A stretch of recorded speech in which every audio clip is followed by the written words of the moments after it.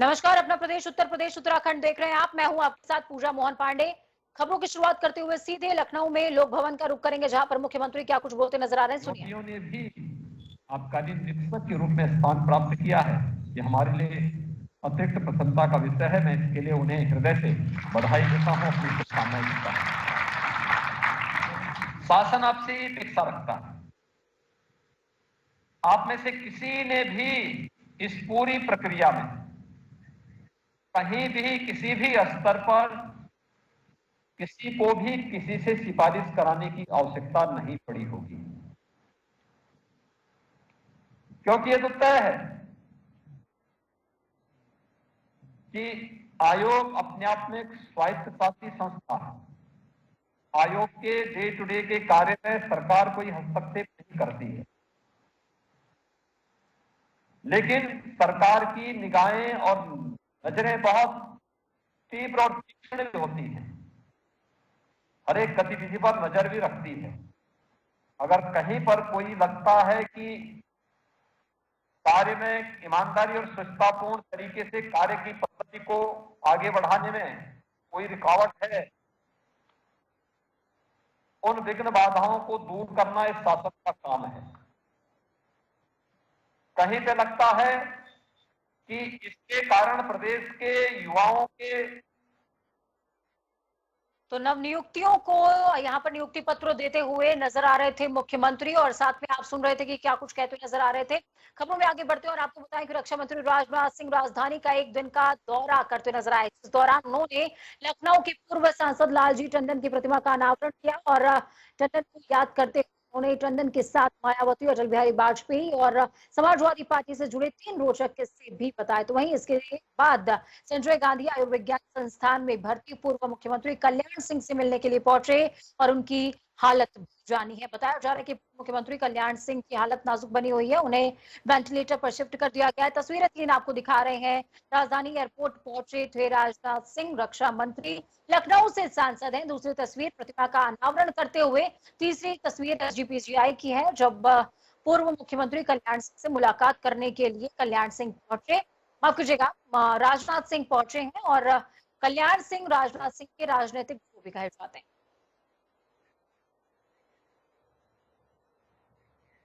योगी सरकार मोदी सरकार की तर्ज पर कैबिनेट विस्तार करने जा रही है। जाहिर सी बात है कि ये कैबिनेट विस्तार आगामी चुनावी समीकरण को साधने वाला होगा।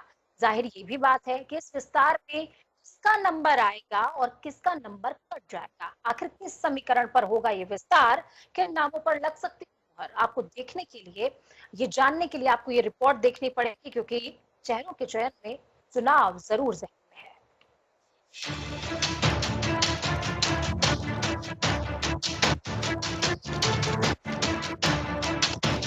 चेहरों के चयन में चुनाव जहन में।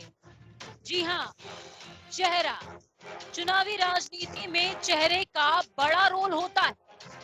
कई बार लड़ता कोई और है, चेहरा कोई और होता है। चेहरा चेहरा सियासत की वो धुरी जिसके इर्द गिर्द रचे जाते हैं जीत हार के सारे समीकरण। चेहरा जो कभी सत्ता का केंद्र हो जाता है तो कभी साम दाम दंड भेद वाली राजनीति को साथ कर चलता है। चेहरा जो रचता है पार्टी का इतिहास, सजाता है वर्तमान और तय करता है भविष्य। जहां मोदी मंत्रिमंडल के चेहरों के चयन में चुनाव को जहन में रखा गया है, तो वहीं उसी तर्ज पर योगी मंत्रिमंडल में भी बदलाव किया जाना तय है। पहले केंद्र के मंत्रिमंडल में जाति के गणित को साधा गया, तो क्या अब यूपी में भी जाति के समीकरण को साधा जाएगा? तैयारी पूरी हो चुकी है। बीजेपी और संघ के बीच हुए मंथन में यूपी कैबिनेट में विस्तार और नामों को शामिल करने को हरी झंडी मिल गई है। संघ ने 25, 26 और 30 जुलाई की तारीख तक का प्रस्ताव दिया है, जिस पर योगी आदित्यनाथ फैसला करेंगे। जाहिर सी बात है कि मंत्रिमंडल विस्तार में उन सारे समीकरणों और सवालों को ध्यान में रखा जाएगा, जिसे साथ कर यूपी की जीत की राह आसान हो सके। सूत्रों से मिली जानकारी के मुताबिक यूपी कैबिनेट में जिन चेहरों की चर्चा है, उनमें पहला नाम संजय निषाद का है। संजय निषाद के बेटे प्रवीण निषाद को मोदी कैबिनेट में शामिल किए जाने की चर्चा थी, लेकिन उन्हें जगह नहीं मिली, जिसके बाद निषाद वोट को साधने के लिए संजय निषाद को कैबिनेट में शामिल किया जा सकता है। तो वहीं मायावती और अखिलेश यादव के ब्राह्मण कार्ड की काट के लिए योगी कैबिनेट में नया ब्राह्मण चेहरा भी शामिल किया जा सकता है, जिसमें सबसे ज्यादा चर्चा कांग्रेस छोड़ बीजेपी का दामन थामने वाले जितिन प्रसाद की है। इन्हें भी योगी मंत्रिमंडल में जगह मिल सकती है। इसके साथ ही 2022 विधानसभा चुनाव के मद्देनजर राजभर समुदाय के किसी नेता को यूपी कैबिनेट में जगह दी जा सकती है। यूपी कैबिनेट में पहले ओम प्रकाश राजभर मंत्रिमंडल का हिस्सा थे, लेकिन अब उन्होंने अपना अलग मोर्चा बना लिया है और बीजेपी के खिलाफ लगातार बयान दे रहे हैं। ऐसे में बीजेपी एक बार फिर किसी राजभर चेहरे को साध कर जातीय समीकरण को साधने की कोशिश कर सकती है। इसके अलावा कैबिनेट में किसी महिला को भी शामिल किया जा सकता है। अगर उन नेताओं की बात करें जिनकी यूपी सरकार से छुट्टी हो सकती है, उनमें भी मोदी सरकार के मॉडल को अपनाया जा सकता है, जिसमें उम्र दराज और कमजोर प्रदर्शन करने वाले मंत्रियों को बाहर का रास्ता दिखाया जा सकता है। इन मंत्रियों की लिस्ट में सहकारिता मंत्री मुकुट बिहारी वर्मा, पशुधन एवं मत्स्य मंत्री लक्ष्मी नारायण चौधरी, लोक निर्माण राज्य मंत्री चंद्रिका प्रसाद, खादी एवं ग्राम उद्योग मंत्री चौधरी उदय भान सिंह का नाम हो सकता है। उत्तर प्रदेश में वर्तमान में 7 मंत्री पद खाली हैं, जिन्हें चुनाव से पहले भरने के लिए चेहरों की तलाश जारी है। ऐसे चेहरे जिससे जातीय समीकरण को साधा जा सके, जिससे नाराज चल रहे चेहरों पर मुस्कुराहट दी जा सके, जिससे किसी विशेष जाति को साधा जा सके। यूपी विधानसभा चुनाव से पहले सिर्फ बीजेपी ही नहीं, बल्कि सपा और बसपा भी ब्राह्मणों को मनाने रुझाने में लगी हुई है। ऐसे में उत्तर प्रदेश के मंत्रिमंडल में शामिल किए जाने वाले चेहरों के इस चयन में चुनाव को जहन में रखा जाना लाजमी है। जनता टीवी के लिए विशाल त्रिपाठी की रिपोर्ट।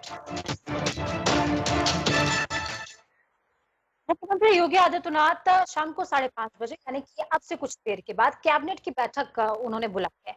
माना ये जा रहा है कि विधानसभा सत्र के पहले इस बैठक में कई प्रस्तावों को मंजूरी दी जा सकती है, जिसमें उत्तर प्रदेश में कुछ खास योजनाओं को शुरू करने के साथ साथ उत्तर प्रदेश में कुछ सरकार कुछ बड़े फैसले भी ले सकती है। संबंधित लगभग 2 दर्जन से ज्यादा प्रस्तावों को मंजूरी मिल सकती है।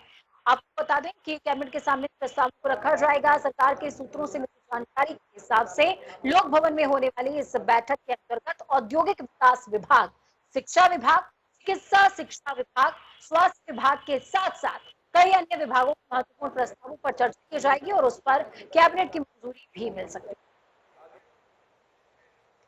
इस खबर पर ज्यादा जानकारी के लिए ग्राउंड जीरो से हमारे साथ ब्यूरो चीफ अनिल के अंकुर जुड़ चुके हैं। अनिल जी, जिस तरीके के लगातार कयास लगाए जा रहे थे, आपका सत्र शुरू होने वाला है, सत्र से पहले ये प्रस्ताव रखे जाएंगे कैबिनेट बैठक में पटल पर, और ऐसे में क्या वो प्रस्ताव हो सकते हैं, क्या इस बात की कोई जानकारी है हमारे पास?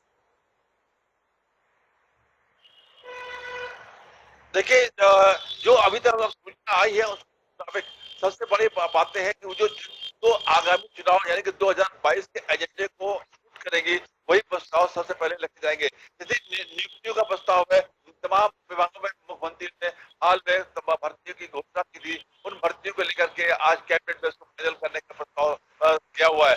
तो अंतिम मोहर लगती है नहीं लगती है, ये तो बात होगी। इसी प्रकार उत्तर प्रदेश की सड़कों को लेकर के और खराब सड़कों को लेकर लंबे समय से जो डिमांड चली आ रही थी, उसके भी नए प्रस्ताव आने की संभावना है। यही कारण है कि इस बार की जो कैबिनेट है वो महत्व मानी जा रही है। इसके अलावा जो शिक्षा और माध्यमिक शिक्षा, हॉस्पिटल, मेडिकल एजुकेशन, इन तमाम सब्जेक्ट पे प्रस्ताव लाए जा रहे हैं। अभी क्योंकि ये बहुत गोपनीय प्रस्ताव होते हैं कि केवल उन एजेंडे को देख करके हम बता सकते हैं जो एजेंडा क्या है, जो सब्जेक्ट है, उन सब्जेक्टों के आधार पर बता रहे हैं कि क्या प्रस्ताव उसमें आ रहे हैं। अब इनमें अंतिम निर्णय क्या होता है और उसमें क्या डिटेलिंग है, ये प्रस्ताव पारित होने के बाद ही हम बिल्कुल, और ये इसको एक अंतिम मौके के तौर पर भी देखा जा सकता है कि कहीं ना कहीं सरकार के पास अंतिम मौका है कि वो अपने प्रस्तावों के जरिए कहीं ना कहीं चुनाव के एजेंडे को साध सके। बहुत शुक्रिया हमारे साथ जुड़ने के लिए। अहम जानकारी ग्राउंड जीरो से साझा करेंगे। खबरों में आगे बढ़ेंगे।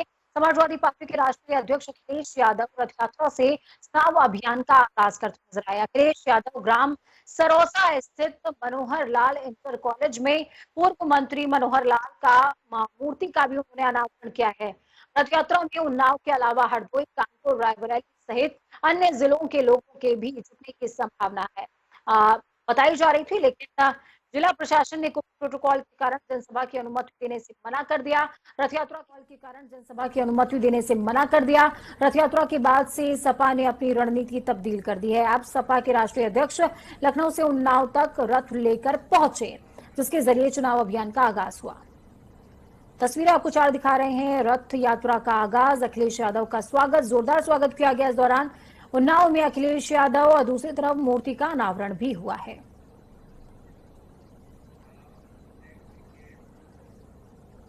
ईद उल अजहा के मौके पर लोगों ने घर में रह करके ही नमाज अदा की है। कुछ मस्जिदों में सीमित संख्या में मौलानाओं ने कोरोना के खात्मे के लिए दुआ मांगी है, तो वहीं नए कपड़े पहनकर नमाजियों ने एक दूसरे को फोन पर ही बधाई संदेश दिया। शहर में चप्पे चप्पे पर पुलिस तैनात रही, जिससे बेवजह भीड़ न बढ़े और न ही किसी तरह की असुरक्षा की भावना पैदा हो। मुजफ्फरनगर समेत लखनऊ, प्रयागराज, चित्रकूट, आगरा, कानपुर देहात, गोरखपुर, श्रावस्ती में उल्लास के साथ त्योहार मनाया गया है। तस्वीरें आपको 8 दिखा रहे हैं आपकी टीवी स्क्रीन पर। लखनऊ, प्रयागराज, चित्रकूट, आगरा, श्रावस्ती, मुजफ्फरनगर, गोरखपुर और कानपुर देहात।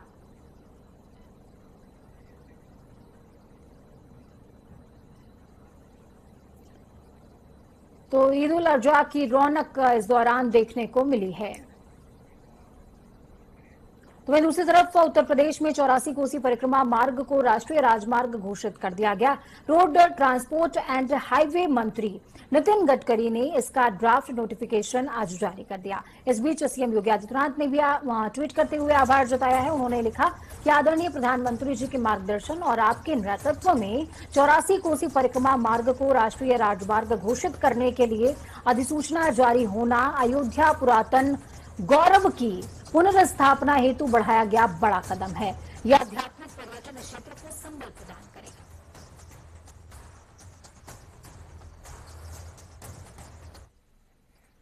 बिकरू कांड के बाद अमर दुबे की पत्नी खुशी दुबे का केस अब बीएसपी के राष्ट्रीय महासचिव सतीश चंद्र मिश्रा लड़ने वाले हैं। बीएसपी नेता और पूर्व मंत्री नकुल दुबे ने बताया कि सतीश मिश्रा ने खुशी का केस लेने के लिए उन्होंने हामी भरती है, तो तैयार हो गए हैं। खुशी दुबे को गैंगस्टर विकास दुबे की बहू भी कहा जाता है, क्योंकि वो अमर दुबे के बेटे की बहू मानी जाती हैं। खुशी दुबे फिलहाल जेल में बंद है और उन पर बिकरू पुलिस हत्याकांड में शामिल होने का आरोप है। 23 तारीख को एक ऐतिहासिक दिन है संपूर्ण प्रदेश की राजनीति के लिए। हमारा समाज आज बहुत ही ज्यादा उपेक्षित, परेशान, हताश, निराश, बदहवास और दुखी है। इन सब बातों को हमारी पार्टी की राष्ट्रीय अध्यक्ष माननीय बहन कुमारी मायावती ने बहुत ही बारीकी से देखा और देखने के पश्चात उन्होंने निर्देश दिया हमारे बहुजन समाज पार्टी के राष्ट्रीय महासचिव माननीय श्री सतीश चंद्र मिश्रा जी को कि आप एक बार से इस अन्याय अत्याचार के खिलाफ आवाज बुलंद करिए। वही आवाज बुलंद करने के लिए हम लोग 23 तारीख को यहाँ पर करते हैं। वही चुनाव दहलीज पर हैं और ब्राह्मण सियासत के केंद्र में हर दल ब्राह्मणों को साधने की कवायद में जुटा हुआ है और इसी जातीय जोड़ तोड़ पर जारी सियासत में कांग्रेस भी कूद पड़ी है। कांग्रेस प्रवक्ता अंशु अवस्थी ने कहा कि जब चुनाव आया है तो सपा बसपा को ब्राह्मणों की याद सता रही है और उन्होंने क्या कुछ कहा, सुनिए। अब जब 2022 का चुनाव आया है तो Bahujan Samaj party, Samajwadi party, Bharatiya Janata party सभी को ब्राह्मण समाज की याद आ गई है। लेकिन अभी तक कहां थे? रायबरेली में जब ब्राह्मणों को जिंदा जलाया जा रहा था उस समय कहां थी बहुजन समाज पार्टी, कहां थी समाजवादी पार्टी? कांग्रेस पार्टी ने संसद के अंदर उसको उठाया और हमारे नेता कार्यकर्ता सड़क पर उतरकर ब्राह्मण अत्याचार के खिलाफ, भाजपा सरकार जातिवादी आदित्यनाथ जी के खिलाफ आवाज उठाई। उत्तर प्रदेश में अब जब चुनाव आया है तब ब्राह्मणों की चिंता आई है। अब खुशी दुबे का मुकदमा लड़ना चाहते हैं श्री सतीश मिश्रा जी, लेकिन मैं आपको बता दूं ब्राह्मण अपने पुराने परिवार में वापस आने जा रहा है। कांग्रेस पार्टी ब्राह्मण सहित समाज प्रत्येक वर्ग को सम्मान देती है, स्थान देती है। तो हर कोई अपना जो है अधिकार स्थापित कर रहा है कि ब्राह्मण वोट बैंक मेरा है। अब ब्राह्मण वोट बैंक बताएगा आखिरकार चुनाव में कि वो किसका है। खबरों में आगे बढ़ते हैं। अपने बयानों को लेकर चर्चा में रहने वाले उत्तर प्रदेश सरकार के राज्य मंत्री आनंद स्वरूप शुक्ला ने शायर मुनव्वर राणा पर हमला बोला। उन्होंने कहा कि उनके जैसे लोगों को प्रदेश ही नहीं देश छोड़कर चले जाना चाहिए।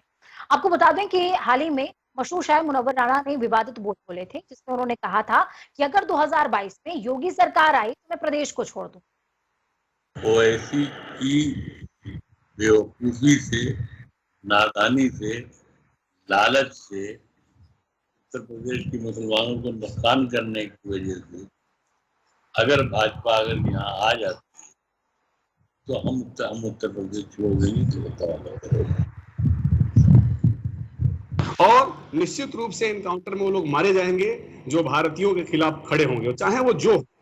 और जो यह बात कह रहे हैं कि उत्तर प्रदेश छोड़ना पड़ेगा, निश्चित रूप से समय आ गया है उन सारे लोगों के लिए जो इस साजिश में थे कि भारत को फिर से बांट देंगे। लेकिन जब से 2014 में मोदी जी की सरकार देश में आई है और 17 में जब से माननीय योगी प्रदेश के मुख्यमंत्री बने हैं और इनके जो भी कनेक्शन है दुनिया के उन हमारे दुश्मन देशों से, पाकिस्तान जैसे देशों से, उनको भी बेनकाब करके और निश्चित रूप से मुनव्वर राणा जैसे लोगों को प्रदेश ही नहीं देश छोड़ना पड़ेगा। मुनव्वर राणा ने जो भी प्रसिद्धि पाई वो भारत में पाई अपनी। साध्वी निरंजन ज्योति 2 दिवस के दौरे पर कानपुर देहात पहुंची। यहाँ उन्होंने मूसा नगर में अपने आश्रम पर नवनिर्वाचित पंचायत प्रतिनिधियों और कार्यकर्ताओं के साथ बैठक करी। इस दौरान साध्वी निरंजन ज्योति ने कहा, जनसंख्या पर नियंत्रण वित्त की जरूरत है। उत्तर प्रदेश सरकार ने जनसंख्या नियंत्रण को लेकर जो मिशन शुरू किया है वो सराहनीय कदम है।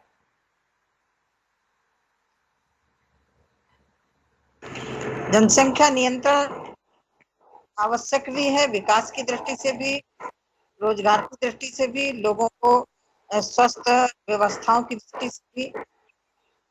मैंने देखा है कि जिसके 4-5 बच्चे हैं तो फिर बच्चों को सही ढंग से वो खिला नहीं पाता। तो वहीं उत्तराखंड के मुख्यमंत्री पुष्कर सिंह धामी का चमोली दौरा खराब मौसम के चलते रद्द हो गया, जिसके बाद वो सड़क मार्ग के जरिए उत्तरकाशी पहुंचे और आपदा प्रभावित क्षेत्रों का दौरा किया। इस दौरान उन्होंने आपदा में मारे गए लोगों के परिजनों से मुलाकात भी करी है, उन्हें सांत्वना व्यक्त की। सीएम ने परिजनों से कहा कि राज्य सरकार से उन्हें हर संभव मदद दी जाएगी। सीएम पुष्कर सिंह धामी के साथ में जनपद के प्रभारी मंत्री गणेश जोशी मौजूद रहे। तो वहीं गंगोत्री धाम में देवस्थानम बोर्ड के विरोध में तीर्थ पुरोहितों का धरना प्रदर्शन 41वें दिन भी जारी है। क्रमिक अनशन 21वें दिन जारी है। इस अवसर पर सभी पुरोहितों ने उत्तराखंड सरकार से शीघ्र अतिशीघ्र देवस्थानम बोर्ड को भंग करने की मांग करी। तीर्थ पुरोहितों ने साफ तौर पर कहा कि सरकार केवल धामों पर अधिकार जमाने के लिए 4 धाम देवस्थानम बोर्ड लेकर आई है। सरकार ने बोर्ड का गठन करने से पहले किसी को भी विश्वास में नहीं लिया। ऐसे में अब हमारा आंदोलन तब तक जारी रहेगा जब तक बोर्ड को भंग नहीं कर दिया जाता। हमारा देवस्थान बोर्ड के विरोध में 41वां दिन भी प्रदर्शन जारी रहा सभी तीर्थपुरोहितों का, और हम ये प्रदर्शन तब तक जारी रखेंगे जब तक सरकार हमारी बात को नहीं मानती है और देवस्थान को भंग नहीं करती है, क्योंकि देवस्थान बोर्ड सनातन धर्म विरोधी है। तो इस खबर पर ज्यादा जानकारी के लिए अजीत काम्बोज हमारे साथ में जुड़ चुके हैं देहरादून से। अजीत, क्या कुछ अपडेट ग्राउंड जीरो से? पुरोहितों में नाराजगी बढ़ती जा रही है और ये सरकार के लिए बहुत बड़ी चिंता का विषय है। बिल्कुल पूजा, अब तक जो आंदोलन पुरोहितों का वो धीरे धीरे राजनीतिक रंग लेने लगा है। कांग्रेस की अगर बात की जाए तो विपक्षी दल है, अभी तक उनके बयानों में पुरोहितों का समर्थन कर रहा था, लेकिन अब उन्होंने भी तैयारी की है कि सड़कों पर वो 4 धाम देवस्थानम बोर्ड का विरोध करेंगे। साथ ही उनकी तरफ से यहाँ तक दावा किया जा रहा है कि अगर 2022 में उनको सत्ता मिलती है, उनका जो फैसला पहला होगा वो ये होगा कि देवस्थानम बोर्ड को सीधे तौर पर बंद कर दिया जाए। तो कुल मिलाकर अब 4 धाम देवस्थानम बोर्ड का राजनीतिक रंग होना माना जा रहा है। हालांकि सरकार इसको साफ कर रही है कि जो भी हकूकदारी है उनकी सभी समस्याओं का समाधान किया जाएगा और किसी को भी कोई दिक्कत सामने नहीं आएगी। लेकिन पुरोहितों का साफ आरोप है कि जब उनका गठन किया गया तो उनसे ना तो मशवरा किया गया और ना ही गठन के समय उनको विश्वास में लिया गया। तो ऐसे में वो तब तक आंदोलन अपना जारी रखेंगे जब तक उसको पूरी तरह से भंग नहीं कर दिया जाता। तो अब देखना यही होगा पूजा के आने वाले समय में कब तक उनका आंदोलन जारी रहता है और अगर सरकार कोई फैसला लेती है तो इस पर क्या फैसला होगा, हालांकि भावी सरकार में जो अभी हाल ही में बैठक हुई है उसमें बजट भी अनुमोदित कर दिया गया है। साथ ही अधिकारियों को बोर्ड को लेकर तमाम तरह के दिशा निर्देश जारी किए गए हैं कि बेहतर तरीके से समन्वय बनाए और वहां पर विकास। अजित, कहीं ना कहीं दोहरा रवैया देखने को मिल रहा है। सरकार कह रही है कि हम जो है पक्ष में है पुरोहितों की, दूसरी तरफ अब नियुक्ति हो चुकी है, बजट भी अलॉट किया है, पुरोहितों का जो आंदोलन है वो भी जारी है। देखना होगा कि बीच में रास्ता निकलता है आखिरकार कैसे। बहुत शुक्रिया हमारे साथ जुड़ने के लिए, अहम जानकारी साझा करने के लिए। खबरों में आगे बढ़ते हैं। हरिद्वार में भी ईद उल अजहा का त्योहार आज मनाया गया, जिसमें कोरोना गाइडलाइंस का पालन करते हुए ईदगाह में ईद की नमाज अता की गई है। केवल आपको बता दूं कि कमेटी के 5 ही लोगों ने नमाज अदा की है। कोरोना गाइडलाइन को देखते हुए ईद को लेकर और जिला प्रशासन ने तैयारियां पुख्ता की हुई थी। इस दौरान समाज सेवी नईम कुरैशी ने बताया कि ईदगाह कमेटी ने भी शांतिपूर्वक सभी धर्मों की भावनाओं को ध्यान में रखते हुए ईद का त्योहार मनाने की अपील की। तो दूसरों की भावनाओं का भी ख्याल रखना चाहिए। जो भी अवशेष हो, जानवरों की कुर्बानी पर्दे से हो, और जो भी अवशेष हो वो नगर निगम द्वारा लगाई गई गाड़ियों में डालें, इससे साफ सफाई रहे। और मैं जिला प्रशासन, पुलिस प्रशासन, नगर निगम के समस्त अधिकारियों और कर्मचारियों का भी ईदगाह कमेटी की जानिब से धन्यवाद और शुक्रिया अदा करता हूँ माकूल इंतजाम के लिए। तो इस बीच एक बड़ी और अहम जानकारी सामने आ रही थी। 30 जुलाई को यूपी दौरे पर आएंगे PM Narendra Modi. Medical college का उद्घाटन करेंगे पीएम नरेंद्र मोदी। यूपी चुनाव से पहले पीएम मोदी बड़ी सौगात दे सकते हैं। 9 जनपदों में नवस्थापित मेडिकल कॉलेजों का लोकार्पण करेंगे, जनसभा को संबोधित भी करेंगे। आपको बता दें, काशी से औपचारिक चुनावी आगाज हो चुका था और अब दूसरा दौरा। चुनावी आगाज के बाद प्रधानमंत्री का बेहद खासी दौरा माना जा रहा है। इस दौरान भी सौगातों का पिटारा खुलेगा। लखनऊ से बेहद बड़ी और अहम जानकारी सामने आ रही है। 30 जुलाई को यूपी दौरे पर प्रधानमंत्री रहेंगे। बड़ी खबर, मेडिकल कॉलेज के उद्घाटन कर सकते हैं पीएम नरेंद्र मोदी, साथ में कई अन्य सौगातें भी दे सकते हैं। यूपी चुनाव से पहले पीएम नरेंद्र मोदी बड़ी सौगात देंगे। चुनाव से पहले ये दूसरा दौरा है। काशी आने के बाद काशी में 1500 करोड़ से ज्यादा की सौगात प्रधानमंत्री ने पूर्वांचल को दी थी। अब एक बार फिर से 30 जुलाई को दौरा प्रस्तावित है, दौरा होना है। वक्त यहाँ पर छोटे से ब्रेक का। ब्रेक के उस पार खबरों का सफर लगातार जारी। जनता टीवी की उम्मीद कि आपका आने वाला समय आज से बहुत बेहतर